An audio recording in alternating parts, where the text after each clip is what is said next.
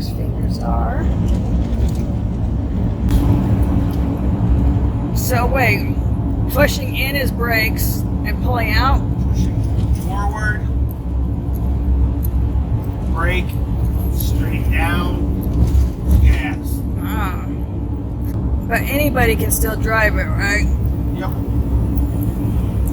You can play with the hand controls if you want, or you can just put your feet on the pedals because nothing's obstructed. There's the gas and the brake pedals behind the keychain.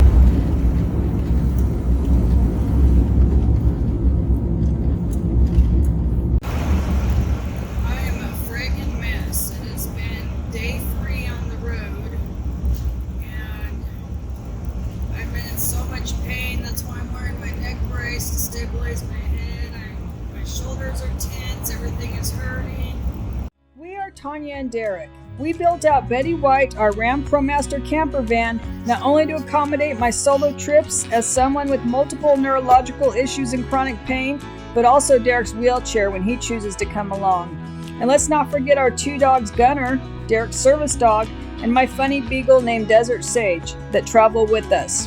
Our lives definitely aren't cookie cutter. We never know what's going to happen. We are usually thrown some curveballs, but one thing we do know is you must never give up because life is worth it. So we hope you will follow our van life voyages and also our everyday lives at base camp, where you will often find us outdoors, proving being in nature is the best medicine.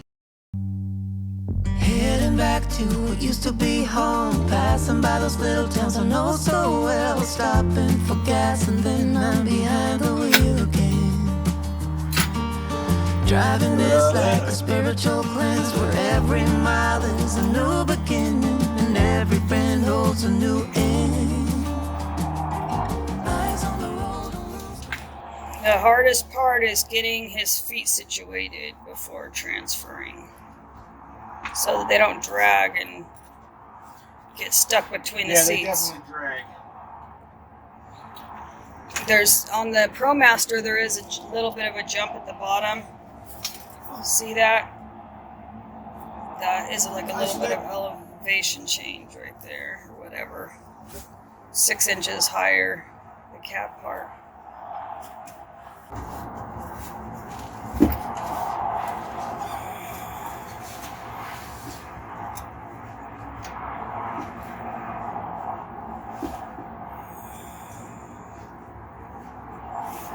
And then because his torso is really wobbly due to his high injury, he's a weeble wobble, so that takes a little bit of adjustment to get into the seat right. He both wobble, but they don't fall down. But he does fall down a lot. I do not. Anyway, so there he is. He's in the driver's seat. Now he gets feet, gets situated. Seat. Driver's seat is a motorized 6-direction captain's chair, right? Spins left and right, 1, 2, up and down, 3, 4, forward and back, 5, 6. It's handy as hell. So I'm gonna, whoops. There's a remote. Yeah. It's kind of useless because there's controls right there that's easier.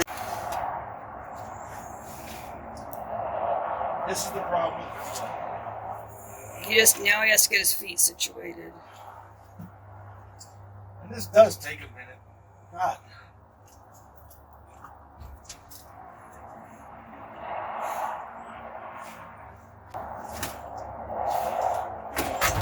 Foot was stuck on a mat, or that housing compartment thing. Anyway. See, Right? yeah, you can still see his foot's not in where it should be. He's still got to bring it in. There you go. We're going to slide forward.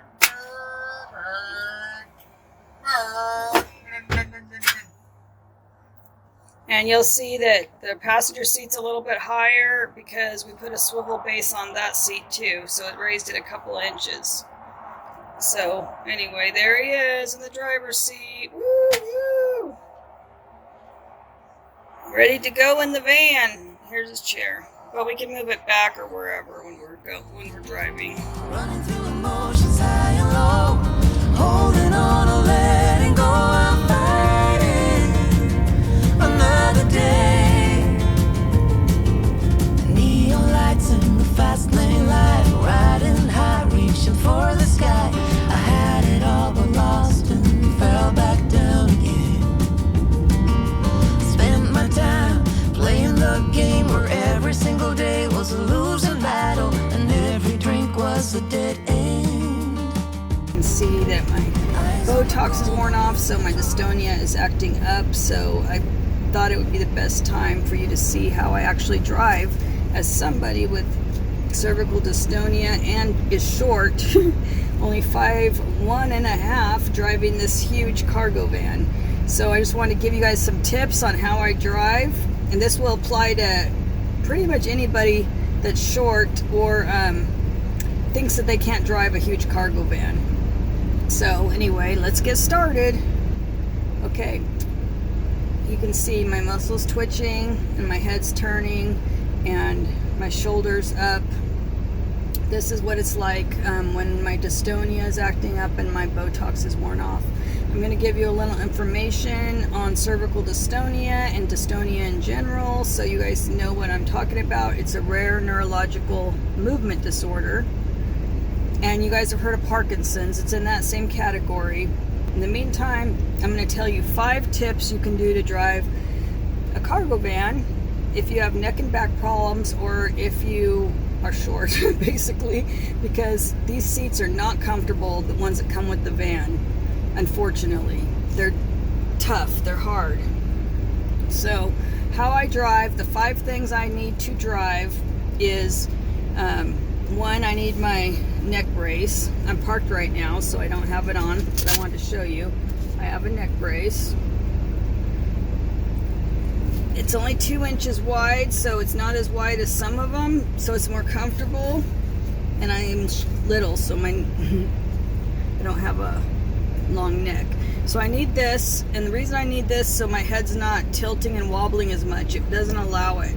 So it keeps my head more straight, so I'm not jerking around, because that can be dangerous driving when your head's jerking around and your muscles are spasming. See, now my eye's watering. I can't control that. So I have to have a neck brace.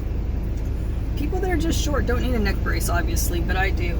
So that's one tip I recommend for people driving that have neck and back problems. You can get these online. I got it on Amazon. It was like $10. Just lost my earpiece. Oh well. So that I drive with this. You might see it on me sometimes. It's just when I'm very uncomfortable and I want to stop this contraction as much, so I put that on. The next thing I do have, in case I need it, which let me show you. I'm showing you the whole thing. It's a USB, so it plugs right into my USB in front of the van. And it's a heating pad that wraps around my neck. It has heat and massage. And heat really helps the contractions. So without the neck brace, I can put on this heating pad. And I put it on really hot, and it helps relax the muscles. Oops, I put it on backwards. Anyway, it helps relax the muscles, and you can wrap this around your shoulder or anywhere. You can put it like wrapped under here. Like, you can use this for all different things. Wrap it in different areas of your body. But the heat on this really helps. Number 3, which helps short people and getting my back straight, is a pillow, which I put in my back behind me, so it lets me get in a better posture and it's more comfortable. And then, so that's number 3. Number 4 is my backup camera. Let me show it to you. I have to switch the camera around. It's it off, but the sun's glaring, so it's hard to see. But I do have a backup camera that lets me see straight behind me, since there's no windows in the back. And I do have these big mirrors on each side. So if you look at how big these mirrors are, they let you see all the way back there, all the way down. You can't see directly behind you though, but you can see all the way on each side. The entire van, you can see all the way down. So the mirrors are amazing.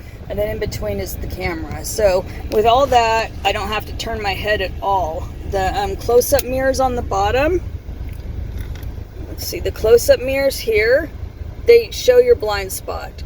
So you check each mirror. I check each mirror and the backup camera before I change lanes, and I do not have to, sorry, this is my seat thing. I do not have to turn my head, because turning the head is a catastrophe when you have this.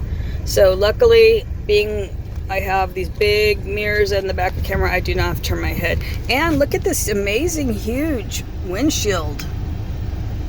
It's letting you see where I'm at right now, which is a nice campground on the Kern River. So anyway, huge windshield, huge mirrors are very helpful. The last thing that is super helpful when you're driving is actually keeping snacks and your drinks and everything within reaching range. So you're not bending and moving too far. So luckily I have my snacks right here, always next to me. I have a whole snack container and my drinks very close by. Because as you can see, when my hands are on the wheel, it causes even more contractions. It's like the angle of my body. Let me show you. I'm gonna move it down a little bit. So when your hands are on the wheel, it's contracting these muscles, like really, really contracting them. It's the angle of your arms on the wheel. It's very it hurts me a lot, and it causes things to be even worse. So I can only drive a couple hours a day. So if I'm gonna make it anywhere, I have to have everything within a good reach to where I'm not causing muscle contractions. Like if I reach too far or lean or something, it can cause the muscles to contract and be a disaster. So everything I have is very easy for me to reach without causing a lot of muscle contraction, because that's bad. Not good for driving. But luckily, the seat does move forward quite a bit for short people. So it's not like I can't reach the pedals. There's no problem reaching the pedals. In fact, I can get up there too close and have to adjust my seat. So that's a plus, is that in the Ram ProMaster, you have lots of room for any height. It'll go from short all the way up, and you can get very close to the wheel. So that's good. I feel very comfortable driving this, more comfortable than a smaller vehicle, because I can see much better in this and not have to turn my head. Other vehicles, like our minivan that Derek drives, it requires me to turn to look over my shoulder for blind spots. So I prefer 100% to drive this, my cargo van. Her name is Betty White, and I much more enjoy driving this. Plus, when I need to lay down and I'm having an extra bad day, like today, I can just go in the back and lay down. What happens when I lay back, like we're not right now because my hands are on the wheel, but if I lay back in bed, let me move this pillow so you can see. If I lay back, look at that. All the muscles relax and I'm normal again. So of course you want to lay back as much as possible, because you feel better and you're not in as much pain and your muscles relax. I mean, they still contract and stuff, but it's not nearly as bad. Like, you can still feel the twisting, you can still feel knots, but it's not nearly as bad. So of course you want to feel comfortable. You can't drive this way though, back like this, because the seat's lean pretty back. But if I pull off the road and need to relax my muscles and take a little pressure off, I just take my pillow out and I'm already here. And I can just chill here for a while until I feel a little better, or I can go in the back and take a nap, whatever's needed. So even though the seats are really hard and not super comfortable, the way I have it works well for me. Thanks for watching. You guys are awesome. See you next video. Bye. I've been in so much pain. That's why I'm wearing my neck brace to stabilize my head. My shoulders are tense. Everything is hurting.